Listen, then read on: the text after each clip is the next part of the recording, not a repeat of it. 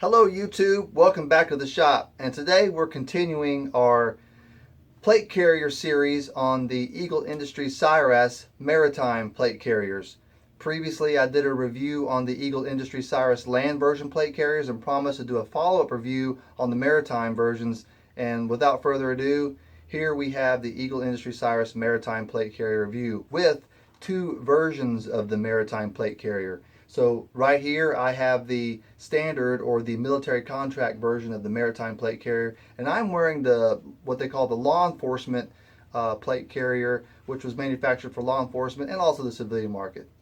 So as you can probably tell, these are not a ULV or JPC style plate carrier. They're not a minimalist style plate carrier. However, they are a far cry from the IOTV plate carriers with regards to bulk and weight. To me, these are kind of a happy medium between the two. So while not being, minimalist in coverage, they're definitely not bulky or heavy, overly heavy anyway. And that's why I like them so much. So before we get started, I just want to post a real quick redaction of sorts from my land version review in regards to the statement that SAPI plates, military SAPI plates, are not legal for civilians to own, and that's not exactly the case. To be more finite, they are illegal if they were obtained illegally, if that makes any sense at all. So with the military not really releasing their SAPI plates into the surplus market, there's not really very many legal channels in which they would get into this civilian or surplus market. So in that regards, if there are some out there, most likely they took some illegal channel to get there. So take it as you will. But when it comes to plates, good plates are important for any plate carrier, and there's good reasons why you shouldn't buy used or surplus plates. We used to just having the flick and you just wrap it around, you just throw it on your vest and that's it. This is a little different. So, come to the floor. Oh yeah, you don't want to drop those after I just told you.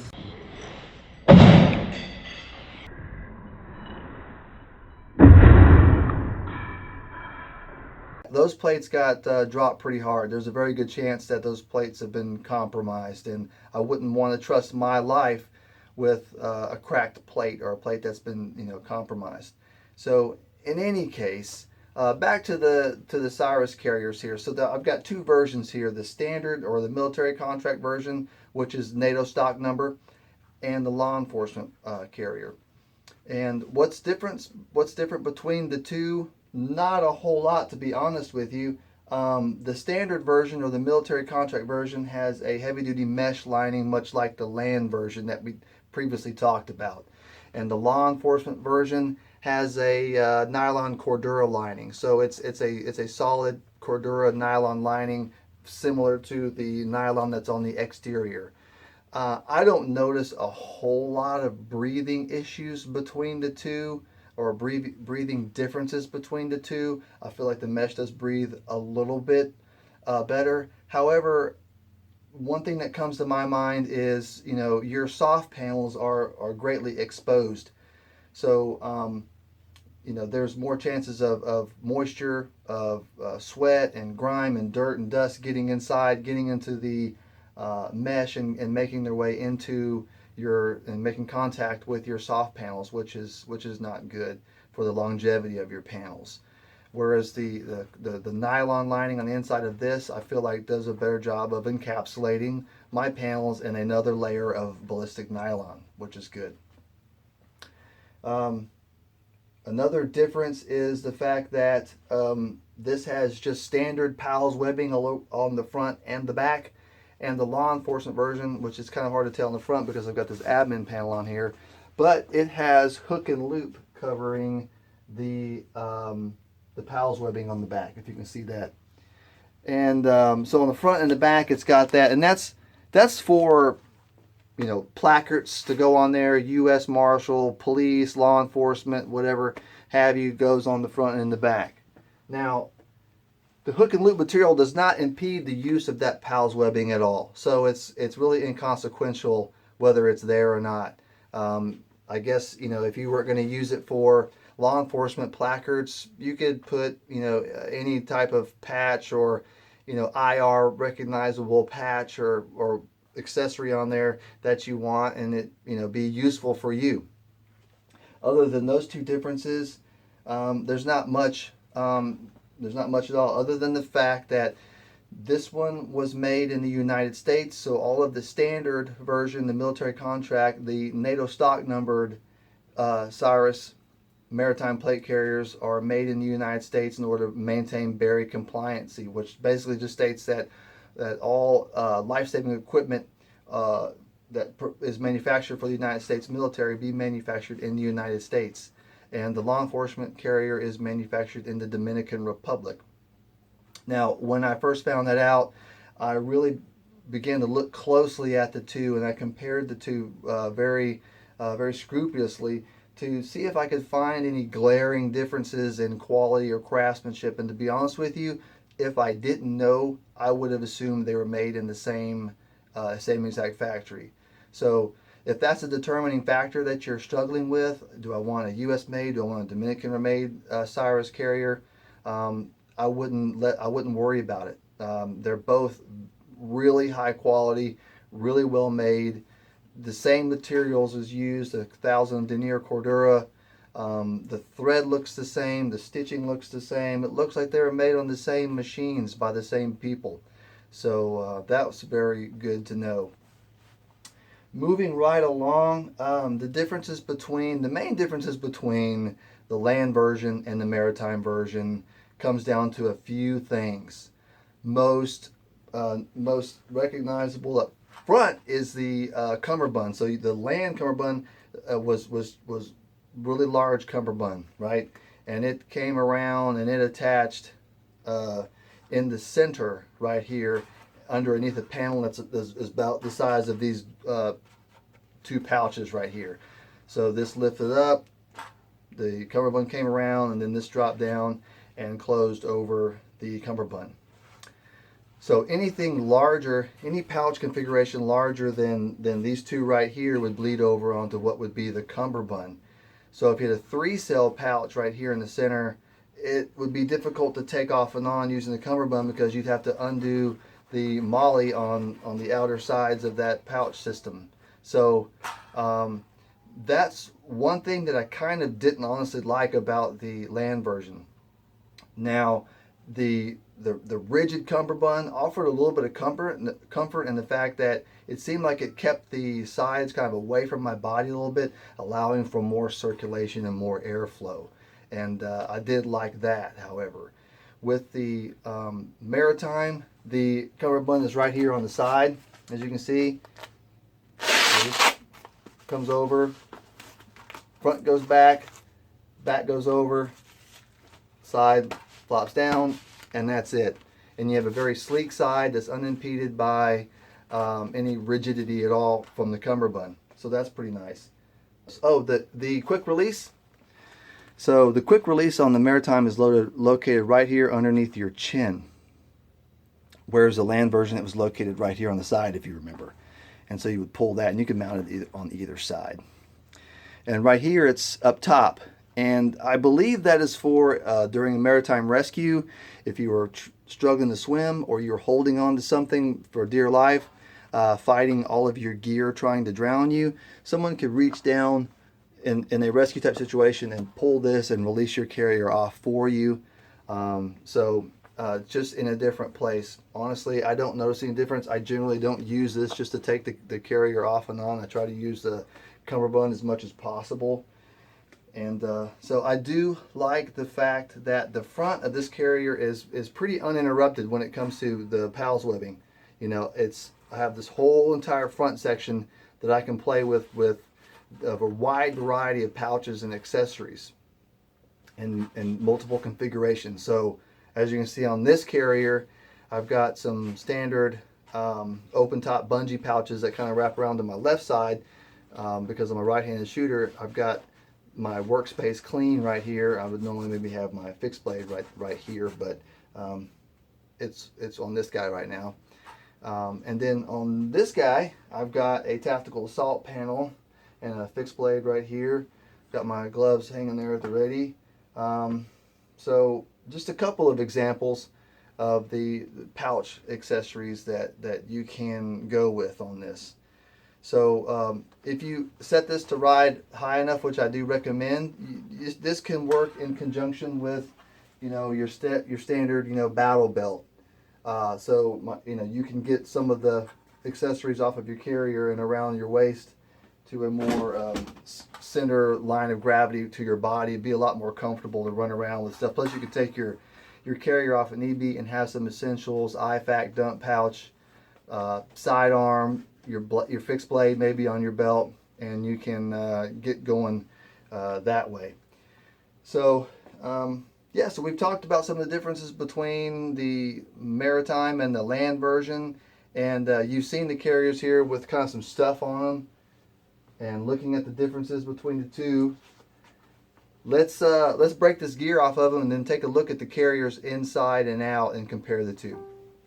All right, so here we have our guy laying down here, and we're going to take the carrier off. That way you can see how the maritime carrier comes off without doing the quick release system, of course. But we'll first start by just taking some of his gear off. Guys, if you want me to do a review on the tactical assault panel, just comment below and I will. Kind of how to connect it. It has some unique connections. How to connect this to your carrier. I really like this thing. The way it has a little bit of freedom of movement. It's fully adjustable with clips here on the side and clips here on the top. Keeps your pouches very close to your carrier, so you can have doubles on here, which would be a little bit thicker, but these are much lower profile, and if you have to get in the prone position, these can be a real lifesaver, I'm telling you. So also, it's got some mesh in the back with some additional pockets and stuff like that, so you really don't need the admin panel because it's kind of built in. But again, won't get too in depth with it. If you want me to do a review on this, I will. Just comment below. All right, so let's pop this thing off here. So take the sides off.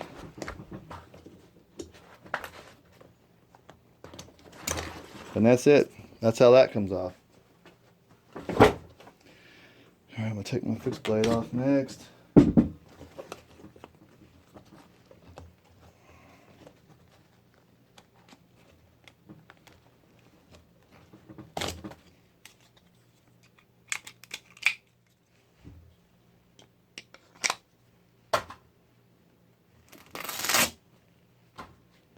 Okay, so this is the pull handle right here for the quick release, and this is how you take the carrier off. Just on the sides here.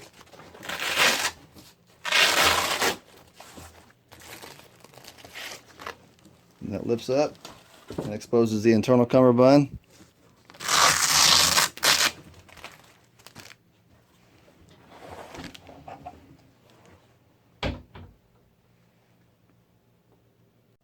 Here we have the vest laid open. From the inside here, you can tell that it's very similar in construction to the land version with this heavy duty mesh right here.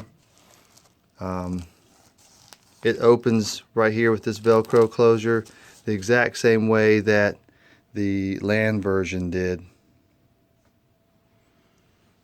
Here's the label. It's been removed. I did purchase this vest used, this carrier used.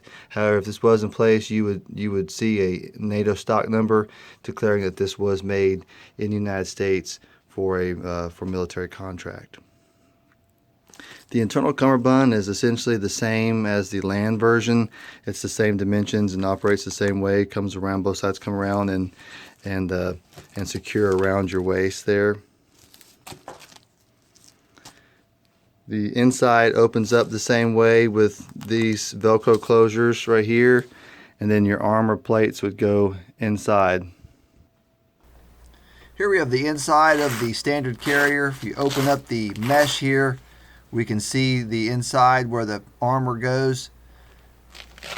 Here's the pouch for the hard plate. Slides in here and is secured in this pouch. And close the hook and loop there, and then you slide in your soft armor panel and work that in, and then close it back up, and you're good to go. Construction is the same as the other Cyrus around this area, with the loop material for the extra armor accessory panels.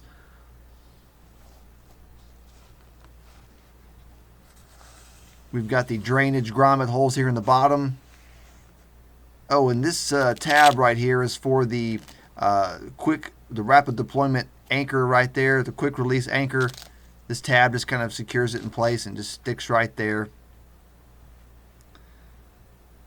If we go ahead and open up the front of the carrier here from the inside, you'll see these clips here, and that's for attaching the groin soft armor panels. When you're not using that, you just clip these two together and tuck them inside. So we slide the panels here the same fashion as the back. We've got a pouch here for the hard plate. This is a size medium, so it can accept 10 by 12 hard armor plates. Here's the outside of the carrier. Good solid 1000 denier Cordura nylon material, covered in Powell's webbing for attaching a wide variety of MOLLE gear. Good hook and loop right there for the side cummerbund.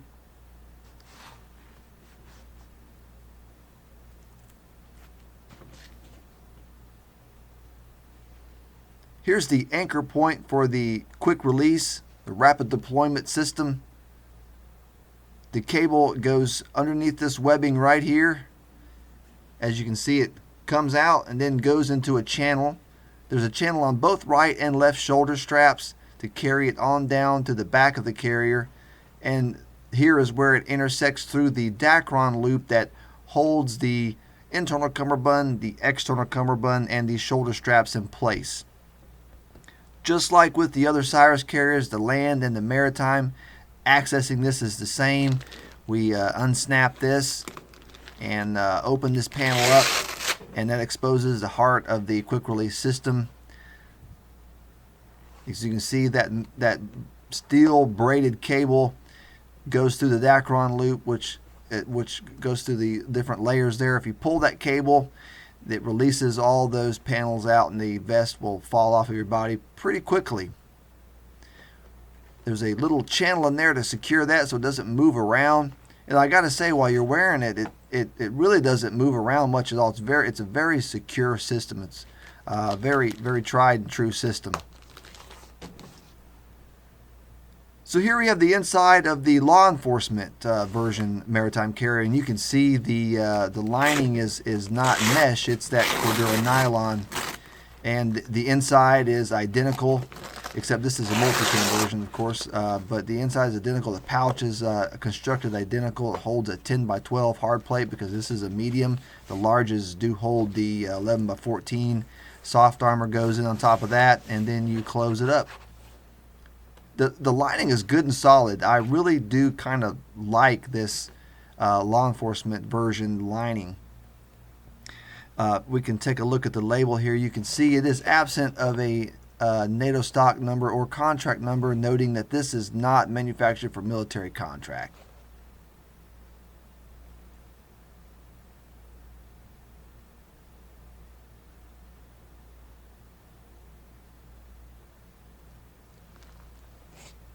Inside around the neck area is exactly the same, with the same loop material for attaching the accessory armor panels.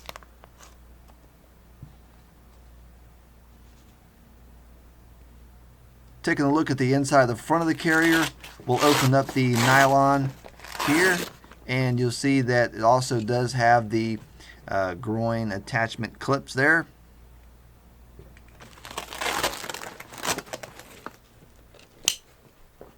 And exact same as the other carrier.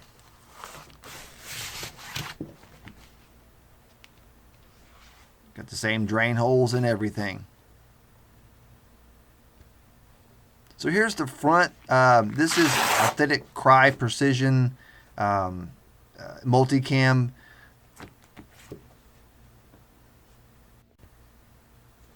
And here you can see that the upper portion of the carrier has the PALS webbing lined with the loop material for placing patches and placards and things like that. As you can see, it's completely unimpeded. You can use that PALS webbing as just as any of the other PALS webbing on the carrier.